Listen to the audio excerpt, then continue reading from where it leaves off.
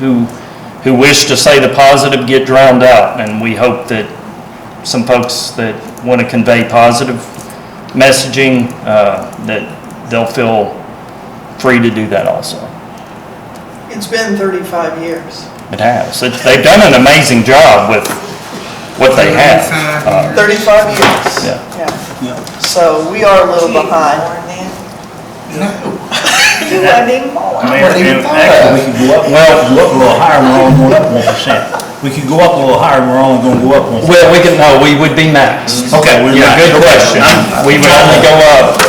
Write notes and Yeah. look too here. Okay. We're at 2%. Yes. Where by law can only go 3. Okay. Good. So we'd be maxing it. Yes, sir. Did you say the motels were considered this too? Hotel motel is separate tax, that's 3%, they're already maxed out. Yeah, so that would I heard not, something a minute ago and I thought, is this part of that? that would not change, but that's a whole separate discussion on that we're having some problems with reimbursement from some of our hotels, that, and that's through nobody's fault, through some of the online platforms. The state is in court trying to get them to pay what they should be paying, so. And then I know we say Parks and Recs a lot with the restaurant tax. So is that is there like a percentage breakdown? Does like Parks and Rec get like 80%, or I know we named like 5 things, or is it we're going 20, 20, 20, 20, or do they get the majority of it? Yeah, good question. So right now, by statute, anything collected through a restaurant tax has to go to recreation or tourism related activities. That's it. So Parks and Rec receives about 93% of that right now. Okay. Tourism, and my numbers would be off. So tourism's getting $30,000 a year. The Arts Center's getting 15.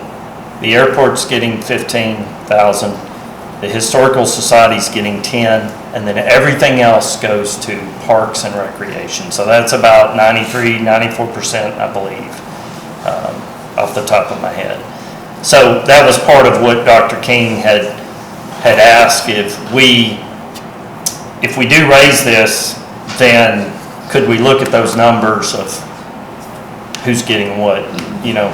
The Art Center has a lot of needs too. They're doing some amazing things in this community, providing all this programming. People are coming in, eating at restaurants, filling up their gas tank, visiting Mount Sterling.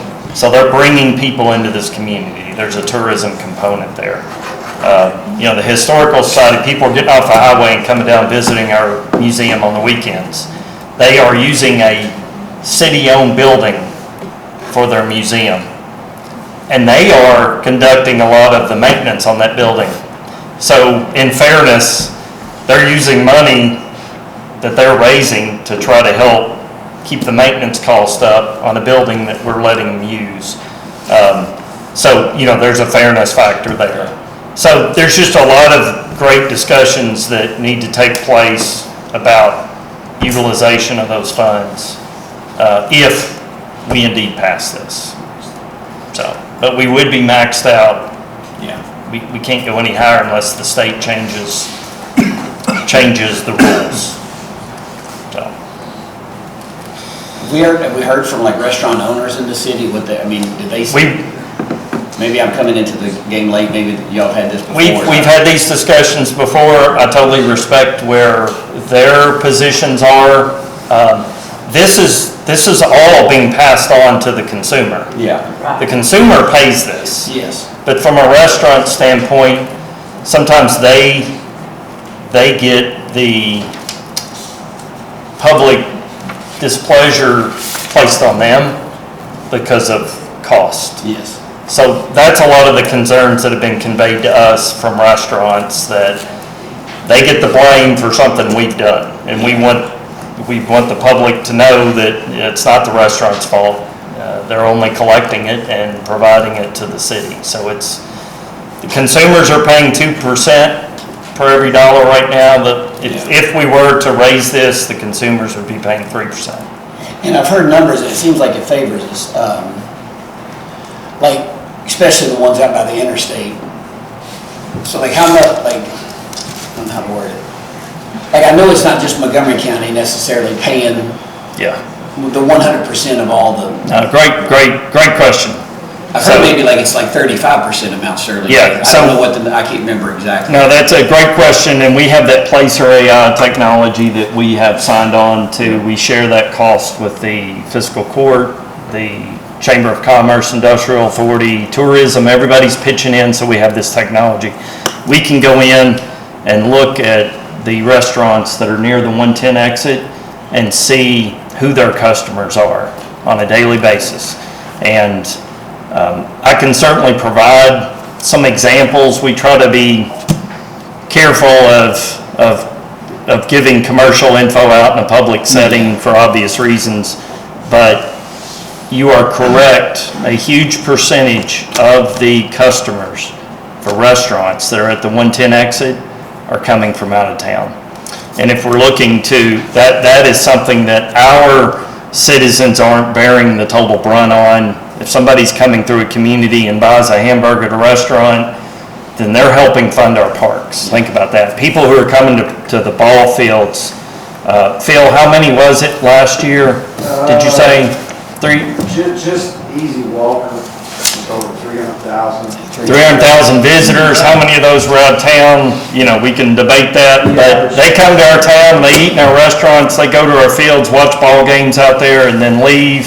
You know, they've helped fund our Parks and Rec programs. So that's a win. And I'm going to tell you, I've never went to a town one and said, I'm upset about the tax I'm paying on a hamburger. It's never crossed my mind. For some people it may, and God bless you for it. You know, that's what you want to think. But I've never said I'm not going to eat at a restaurant because I don't like where those taxes that are being collected are going to fund. So all good discussions, and something that we will open it up and let the public convey their thoughts here before we move forward. Yeah, it's good to have the discussions too, because I think that it allows us to, and they know our voice and we know theirs, and I think that's a great idea. Okay. All right, so without objection, then I'll go ahead and make sure that's on the agenda for next month, and we'll see where this conversation leads us. So thank you for your willingness to have the discussion, because that's all we're doing right now. Okay, anything else for me? Anything from council? Okay, thank you all so much for your service to the city. We'll ask for a motion to adjourn. So moved. Motion King, second Barnes. Hearing no objection, this meeting is adjourned. Thank you.